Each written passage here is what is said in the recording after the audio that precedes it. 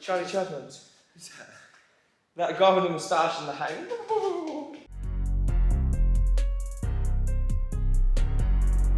Hey guys, Chris and Michael here from Boxing Brothers Online Coaching, and today we're going to run you through a quick tutorial and a couple drills to help you identify the best time to counter. Okay, so what we're going to do is Michael and I are going to be moving around with jabs, so we're just kind of posting, you know, moving around. No one's really dominant, more dominant over the other. We're just moving, getting that jab out, getting our footwork going, our head moving, etc. And then whenever Michael wants, he's going to let a right hand go to me. So it can be off my jab, it can be off his jab, it can be off an evasion, doesn't matter, it can be a 1-2, but he's going to let his right hand go, or his rear hand in this instance. He's orthodox, so he's going to let his right hand go. It can be an uppercut, hook, a rip, straight, doesn't matter. But he's going to try to pluck me with the right hand. And I want to move around and try to avoid allowing him to land that right hand. So we're on the move, nice and relaxed, both throwing jabs out, nice and relaxed. Michael's going to eventually get that right hand on, and I just want to avoid it as much as I possibly can. And he wants to mix it up as much as he can. So he wants to vary, hook, rip, uppercut, straight. Okay, trying to sincerely land that right hand, try to clip me with it, land a scoring shot, and I do not want to get hit by it.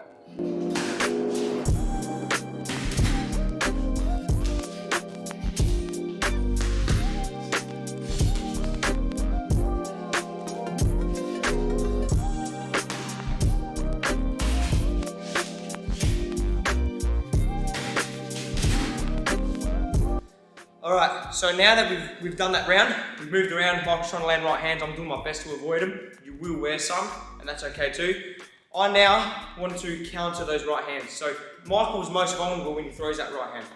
When Michael's throwing his jab, you know, I can counter it, and I can be successful on having a counter that jab with that left hand, but whenever someone's throwing their lead hand, they can pull back easier. Because Michael throws that jab, you know, he can pull back off that shot. It's going to be harder for me to counter. He's not transferring as much weight forward. He's staying in his boxing stance. He can retreat and recover very easily, and he can respond off my counters very easily. Whether he throws a left hook, you know, and then pulls back. Left hook again, Michael, pull back, bang, bang. Throws a jab to the body, pulls back, you know, he can recover off it. When he throws his right hand, however, he's a lot more vulnerable. Okay, so if Michael throws that right hand, his rear hand in this instance, whether it be a straight uppercut, hook or rip, doesn't matter. He's leaning into the shot. The shot has to travel a little bit further in order to land. Okay, so there's a lot more commitment behind throwing that rear hand than what there would be the lead hand. Now, right now, this is one of the best times that I can counter because he's very vulnerable. He's exposed himself, he's committed his weight to me. If I successfully make him miss this shot, or parry it or whatever it may be, this is a time that I want to be countering. And the likeliness of me landing those shots off his rear hand is going to be a lot higher off his lead hand, okay? So now what we're doing, in the first round we moved around, we defended that rear hand as best as we could, even if you wore a few, doesn't matter. Defended that hand as much as we can. Now, of having successfully defended that rear hand, we're going to counter. So Michael's going to move around, trying to land right hooks, right rips, whatever it may be. I'm going to defend them, and then off having defended them, I'm going to let my shots go.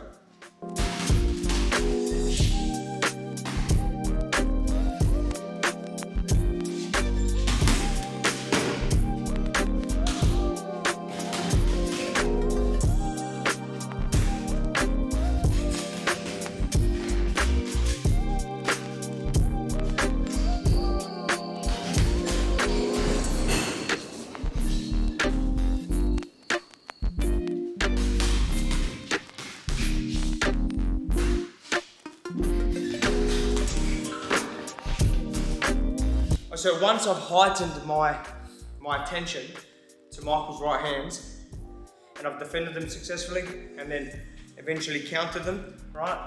Now Michael wants to counter that, okay? So we've moved around, both exchanging jabs.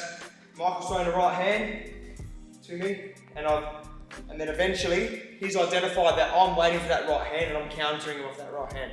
I may even be successful a few times. Michael now wants to throw that right hand, not with the intention to land up, but with the intention to open me up and make me throw so he can counter my counter essentially. So we're moving, Michael will throw that right hand, whatever it may be, boom, I'll receive it, I'll throw that counter with the intention to land, he'll defend himself successfully, and then boom, throw back. Okay? One more time, moving around, nice and relaxed. Michael will throw a right hand wherever he wants, boom, I'll counter it, and then he'll counter back. Boom, boom, boom. Okay? Now the way Michael throws that right hand is going to be ever so slightly different to the way he threw that right hand when he was actually trying to land it. It's going to be a little bit more reserved, a little less weight transferred behind it. But not enough change so that I can identify he's up to something. Okay, this is where it gets, so you really start splitting hairs here. He wants to give me a false impression that he's trying to land that right hand. So that I can counter and then he can take advantage of that.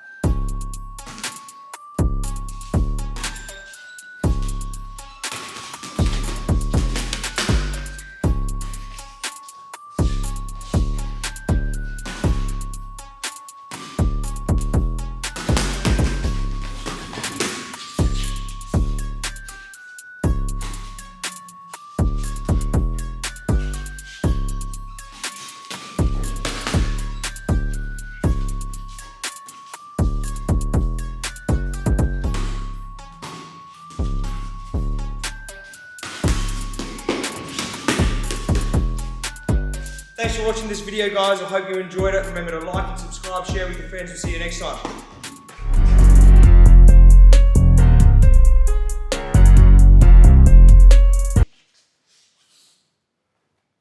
You know what I mean? Yeah, exactly.